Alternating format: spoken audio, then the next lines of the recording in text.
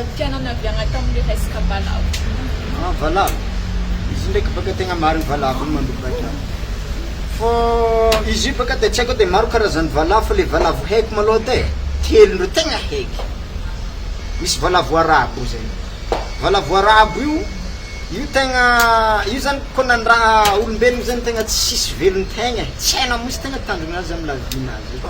De misy valavo mainty kibo zay. Io tegna valavo reveko filigny io zany io valavo zany io valavo zany azonao ono izy zany kofa mangalatra izy azonao ono kofa voky izy kofa vokany izy tonga de fa mitipaka azonao ono anao tsy mahazo ono misy trano zany misy valavo tsisy raha maratra ka fa valavo araiky tao agny misy valavo fotsikibo zay io zany valavo fotsikibo zany sady izy sady mamenja retigny mandradraha sady